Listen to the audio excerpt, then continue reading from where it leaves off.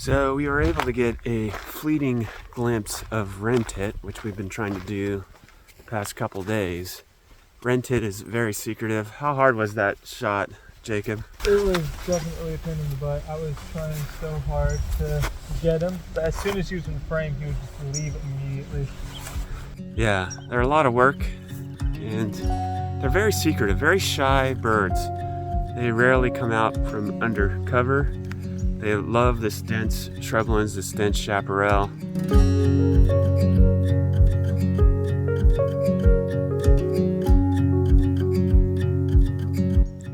We also got white-crowned sparrow in here. This is a first-year juvenile here without the definitive white stripes on the crown. We observed this individual husking what appeared to be a seed. What amazes me about this shot is the dexterity that birds have in manipulating their food. They use their bills as tools for many tasks.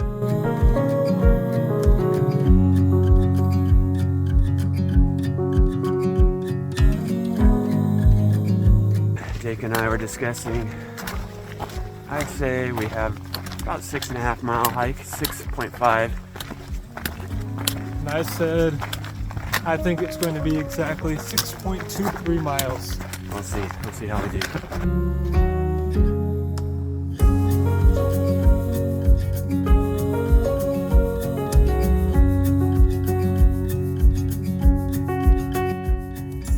So we're hiking along the coast trail right now. We'll probably spend about 80% of our hike today on the coast trail. Jacob got mule deer here.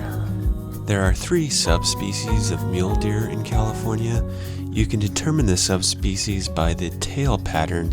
The thickness of the black markings on the tail determine what subspecies. So what we have here, it looks like based on the thickness, we have Columbian black-tailed deer.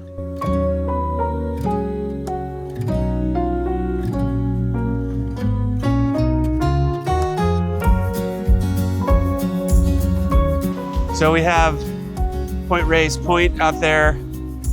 That's also Drake Bay or Drake's Bay. So we're looking north along the coast, seeing a number of bird species on the rocks here. Looks like cormorants down here, double-crested cormorants. This individual here extends its wings to draw out the feathers and to thermal regulate. We actually encountered a second species of cormorant. This is bronze cormorant here. Notice how they're constantly preening themselves. This is very important behavior to maintain their feathers for efficient diving and swimming. On this same rock, we also saw a black oyster catcher. Notice the bright orange bill. Looking out over the Pacific Ocean, down south along the coastline, along the bluffs. Then, as you look uphill, you can see coastal chaparral. You can see the remnants of a fire, the vision fire, all those burned snags up there.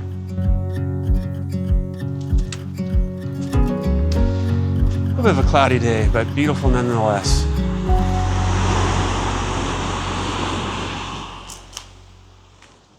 A little bit blustery, but good hiking weather. Did he leave? No, he's still there. So we just saw this kestrel chasing some bluebirds that flew over us. Aha, I see. Although the kestrel was in pursuit of western bluebird, it ended up catching this large insect in mid-air. Seemed to be a large grasshopper or a moth or something like that. And we were able to observe it feeding here. Looks like it's definitely a lupin. See the palmately compound leaves? It's in the pea family, Leguminosae. Here's some of the pods, the empty pods. Looks just like peas, right? Releasing the fruit. Quite a bit of diversity. Number of interesting things happened here.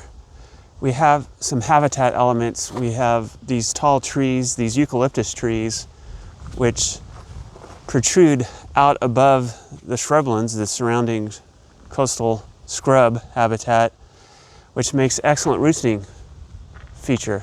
Even though these tree species aren't native, the eucalyptus, it's not native to California, they do have benefits to the wildlife. We can see turkey vulture roosting right up here. And we also saw a little bit of drama with a red-tailed hawk coming in, and the turkey vulture is getting a bit upset with the red-tailed hawk. I think the hawk likes to roost here, but right now the turkey vultures are kind of occupying it. So that red-tailed hawk circled this area a number of times. Also saw some other smaller songbirds in the understory. We saw a black phoebe using this hitching post to sally back and forth to catch insects, and then it flew over to the sign, the trail sign, and then another branch sticking out of a shrub. We also got this adult white-crowned sparrow. White-crowned sparrows are sexually monomorphic, meaning that you cannot distinguish between the sexes based on their plumage pattern.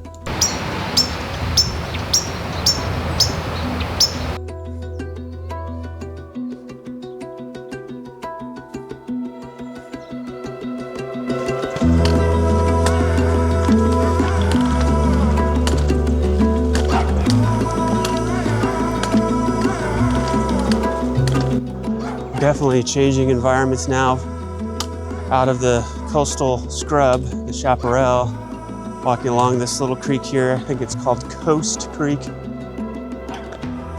Wow, look how dense it is in here.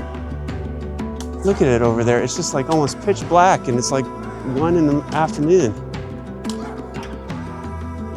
Look at that. Look how dark it is over there.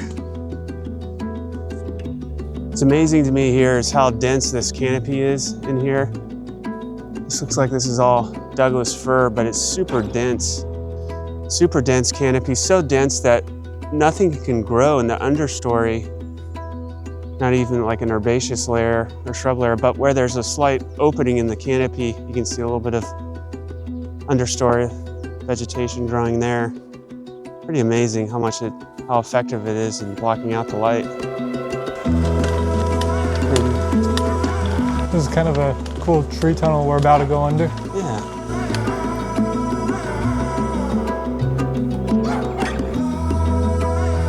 A couple of winter wrens calling over there. Oh,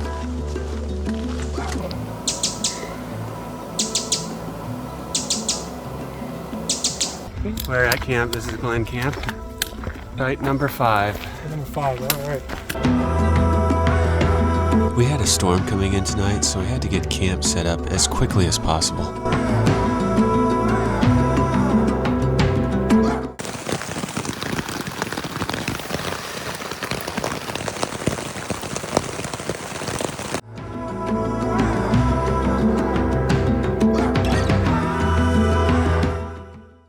So we'll be mostly in coastal chaparral and grasslands up